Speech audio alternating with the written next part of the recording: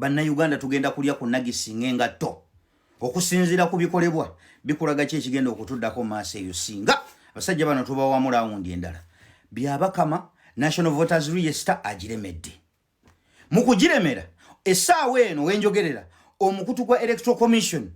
guli restricted omuntu wabadde akeberera voters details essaawa eno guli restricted nga gukulaga omuntu yenna agezaako gwa accessinga ng'ali bweru wa Uganda tosobola gukozesa kitegeeza bannayuganda abali ebweru w'eggwanga mmwe eyo right ebaggiddwako mwe temukola makulu azifu kati mmwe temuli considered nga bannayuganda ne weebuuza omukutu lwaki mu restrictinga okutali pono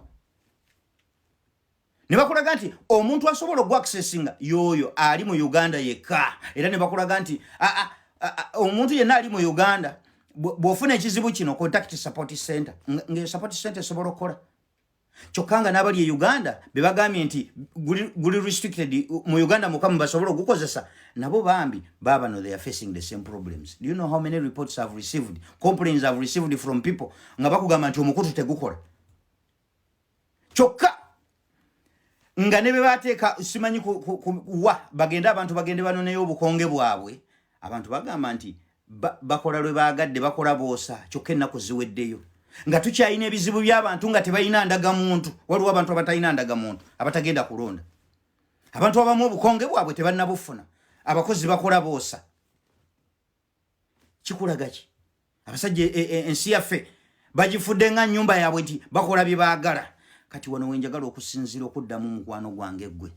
nti bwe nzija n'enjogera ebyange sinoonya kukkiriziganya nange nze ogwange gwa creating awareness bwe navaayo ne nkugamba nti nze guno omukutu ogwateekebwawo omulago bakugamba nti weeguli ogwa Fanoni Byabakama gwe yakeera enkya n'agamba nti guliwo omumenyi bw'amateeka ne nkugamba nti nze sigwesiga sigukkiririzaamu ngutidde olw'ensonga zino eno wammanga Byabakama yagamba nti omukutu guliwo omumenyi bw'amateeka mukubeerawo omumenyi bw'amateeka oguliwo mu mateeka ogwa Electoral Commission olwaleero mu restrictees kati bw'ogu restricting oguliwo mu mateeka are you advertising guli eri gwogambye ogutali oguliwo butali mu mateeka you are advertising the other mukutu indirectly ebikolwa byonna bye bakola bikulaga ba advertising mukutu guli National Voters Register mugiremedde kati abantu baba basigazza ki Fanoni weebuuze what is there nekugamba nti ogwo mukutu guyinza okuba gugenderedde kwagala ku hacking abantu wano we nalabira bannayuganda nti bannange we still have a long way to go bannayuganda basinga bali ignorant naga gukusaba manyago simanyi na date of birth yo gwe ngolowooza mbu ate awo tebasobola ku hacking abo bagatotadde mu email yo goloza aku hacking basobola kuyita mu email wokka genda osome ku malware osome ku spyware ojja tegeera nti abantu baba hacking through links through web basobola oku hacking kati bana abantu basobola okubanga bayina devices abantu ze batagetinga kubanga bakutereddewo situation nga the only alternative you have is Fanon. National Voters Register bagijjewo omukutu gwa Electoral Commission bagujjewo kitegeeza the only alternative you have is Fanon. What if they created this thing nga banoonya kukola ki kubako devices z'abantu ze ba hacking abafune access ku devices z'abantu gonoga ne baba hacking ne bwenfiirwa account but the only thing you have in your phone is your TikTok account, your Facebook account, n'ebifaananyi byo videos ewekwatira mu ndabirwamu mu kiyigo ng'oli bwerere bye bintu byokka by'olina mu ssimu yo toyina nnyo kyakufiirwa but waliwo abantu abayina information yaabwe eri confidential ku masimu gaabwe abantu bayinako applications ziri linked ku bank accounts zaabwe bayinako emails zaabwe ziriko ebintu byabwe ebyekyama nga once wotapingira mweno website kitegeeza you have given access to these hackers bahackinge mu device yo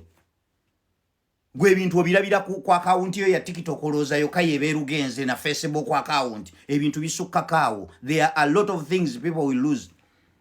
Buli kye bakola kyonna olaba nti kati ojawo otyo omukutu gwoga nti guli mu mateeka no restricting to that level ekyo mu mutwe gugolo tulolooze kiba kikulaga ki kitegeeza abantu obasindika kati ali eriaga bwe tegukola mugende ku Fanoni